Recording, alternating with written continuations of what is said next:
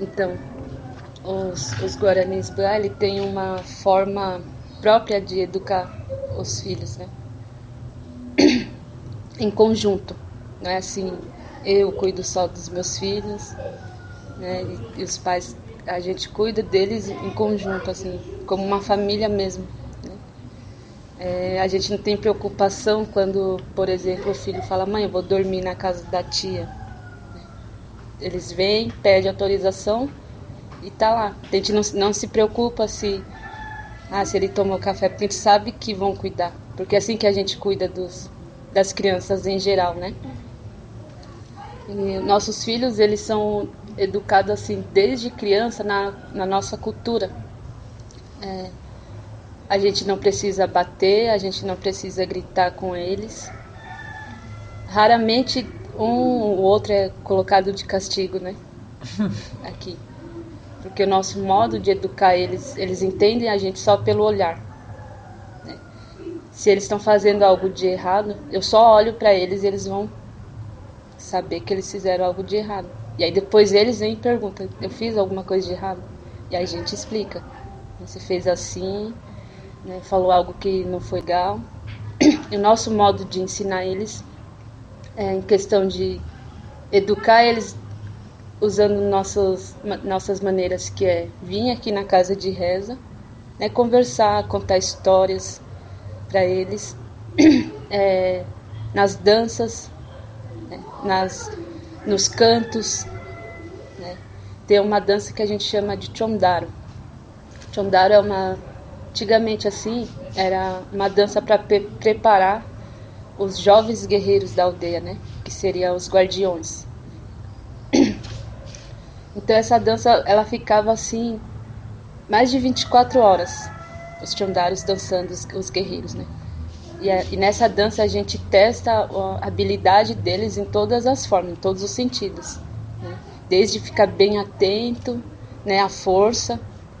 E é interessante assim que hoje a gente faz com as crianças, mas não para isso, né, para ser Chondaro, mas para ensinar eles a lidar com as situações que a vida vai passar, para eles poderem se esquivar depois, né, de uma maneira no que a gente está vivendo hoje, né, a nossa realidade. Não que vamos estar preparados para a guerra, alguma coisa assim. Então, aí assim, a criança aqui, a gente respeita muito, todas as crianças Guarani, a gente respeita a opinião deles.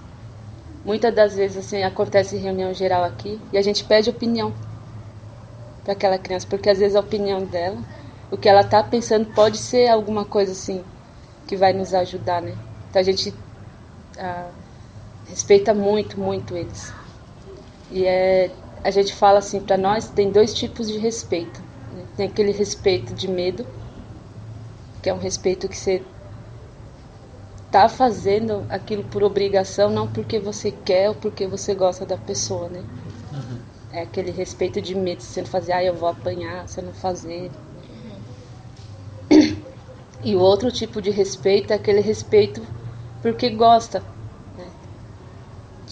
Que nem eu, como eu tenho 2 filhos, eu sou mãe solteira, né? Faço papel de pai e mãe já há 5 anos, né? Que eu cuido deles só. Então, eles estão numa fase assim já crescidinhos pra gente, né? Assim, a minha filha, ela fez 11 anos e o meu modo de lidar com ela, eu sou muito criança, né? Assim, eu sou muito moleca com eles, mas também eu sei, né, assim, fazer com que eles me respeitem como mãe deles e pelo fato deles gostarem de mim.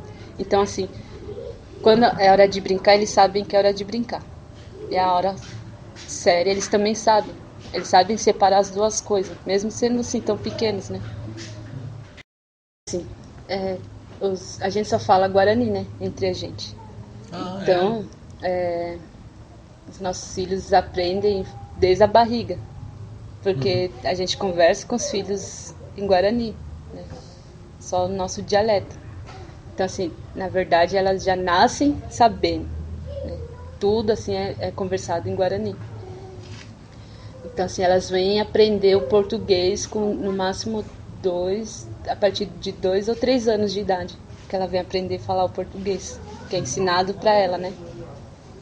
mas as crianças só falam Guarani desde a barriga.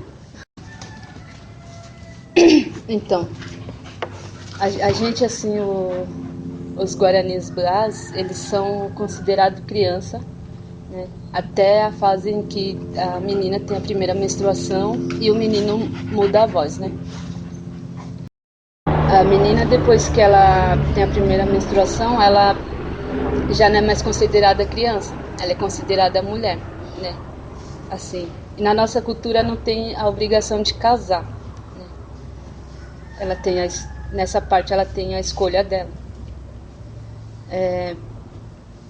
Quando tem a primeira menstruação, é cortado o cabelo dela, né, da menina, e é jogado na água, assim, porque os nossos pajés, né, eles acreditam que a água levando o cabelo precisa ser uma água assim que tenha cachoeira, né, assim o córrego, né, que o cabelo vai, que é o cabelo da criança, né. Então assim, o espírito da criança está indo embora, já não pertence mais àquele corpo, né. E com a cachoeira, com a água caindo, ali vai cair o espírito de adulto dela. Então, isso acontece aí com uns 12, 13 anos, né? Daí a menina, ela passa por um período assim de isolamento total, de no máximo 15 dias, ali onde ela só vê a mãe e algumas mulheres mais velhas, que vai estar ensinando para ela coisas que as mulheres fazem, né? Os artesanatos, né? Como cuidar de um filho quando ter o próprio bebê, como cuidar dela mesmo, né? O lado do o corpo dela, né? O lado espiritual dela, como que ela vai se comportar agora que não é mais uma criança, que tem coisas que ela fazia que depois desse período ela já não vai mais poder fazer, né? E ali é contado assim coisas mais espiritual assim da gente, que a gente acredita muito, que é muito difícil a gente contar assim, porque tem alguns não indígenas que não acreditam, né, no nosso modo de viver, nas nossas crenças. Então ali ela vai ficar numa casinha ali o dia inteiro aprendendo sobre a cultura nossa, né, sobre a cultura guarani, histórias de antigamente como que era, né, artesanatos, coisas mais femininas mesmo, né. E o menino também é quase igual. Quando é mudado a voz dele, também entre 12 e 13 anos, é furado o queixo dele, assim, no meio, com espinho de ouriço, né?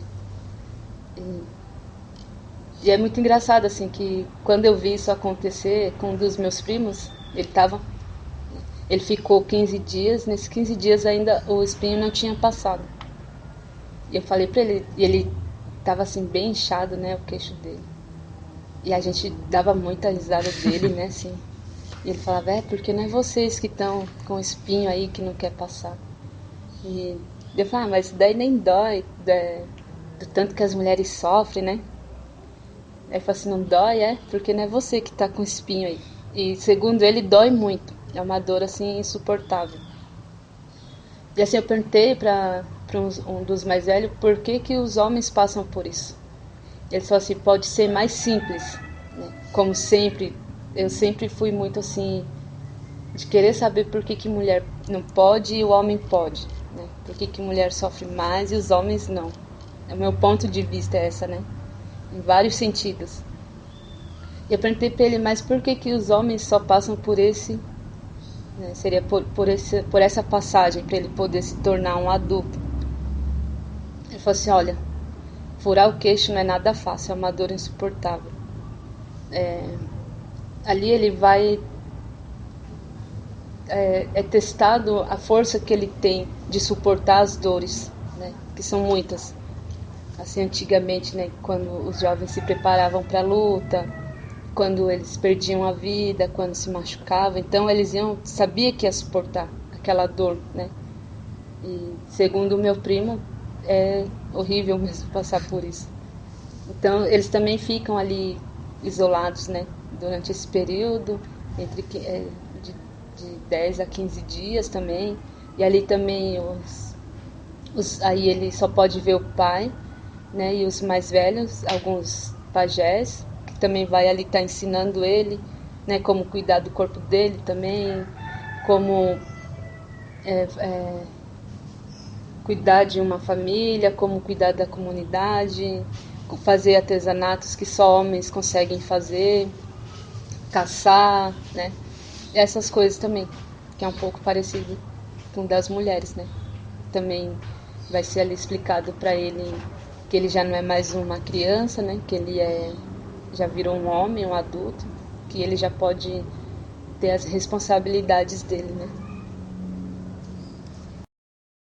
A minha filha, que a diretora me chamou na escola. Daí eu pensei, ela fez alguma coisa, né? A diretora tá me chamando. E daí eu fui lá na escola, cheguei com a diretora e perguntei, né, o que tinha acontecido, se aconteceu alguma coisa. Ela falou assim, olha, sua filha, ela pediu que a gente chamasse ela só pelo nome dela, indígena, de Querechu. Daí a professora perguntou pra ela por quê. Daí ela falou assim, por quê? Aí ela falou, perguntou pra professora, professora, por que que... como é que foi mesmo a fala dela? Por que que a gente respeita tanto o modo de vocês viverem, nós indígenas, e por que que vocês não podem respeitar a minha opinião, o que eu quero?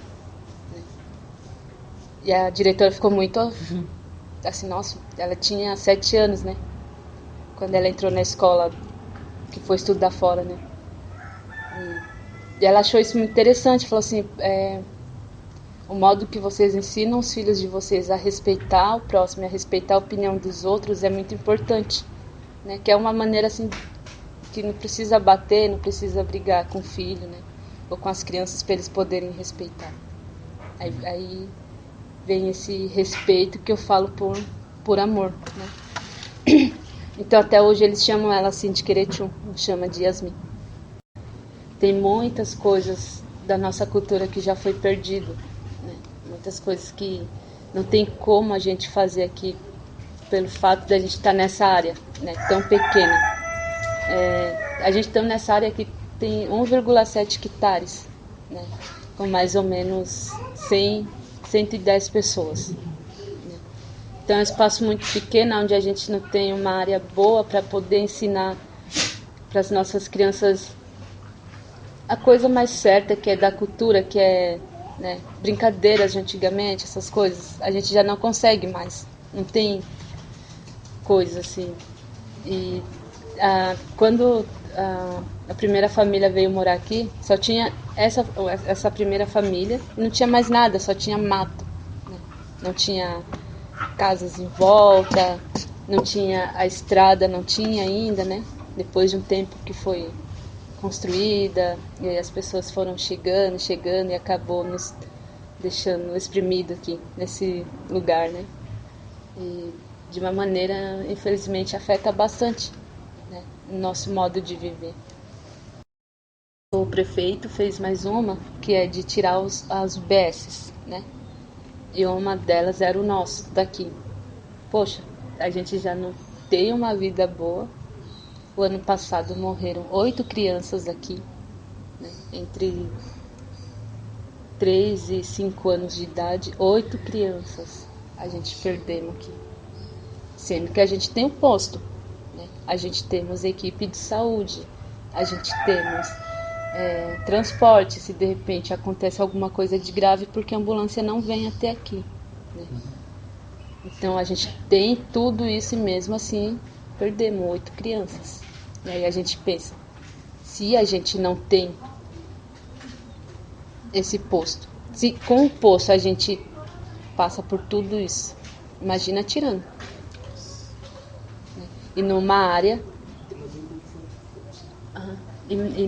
área onde já não se tem tantos remédios medicinais, né?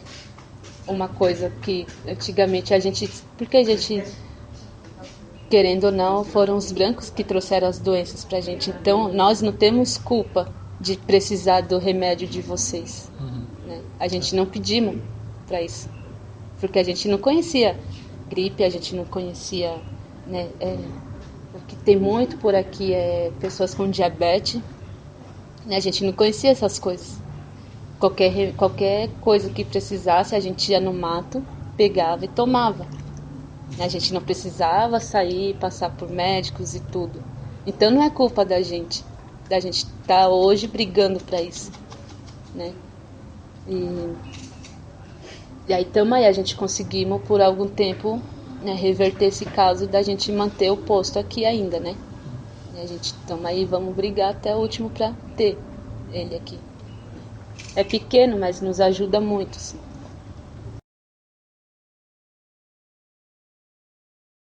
Meu nome é Márcia.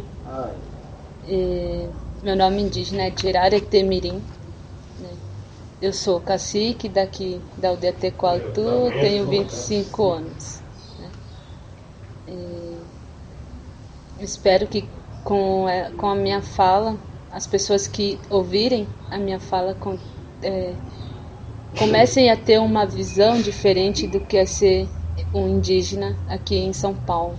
Né? E que comecem a ter a consciência de que respeitar o próximo é a melhor coisa que a gente pode ter em nossas vidas. Né? Respeitar qualquer coisa, qualquer ser humano. Aliás, ter o respeito de si próprio. Se respeitar em primeiro lugar. E espero que todos vocês gostem da minha fala. Né? Espero que eu possa ter ajudado vocês terem um pensamento diferente. Obrigada. AIVT.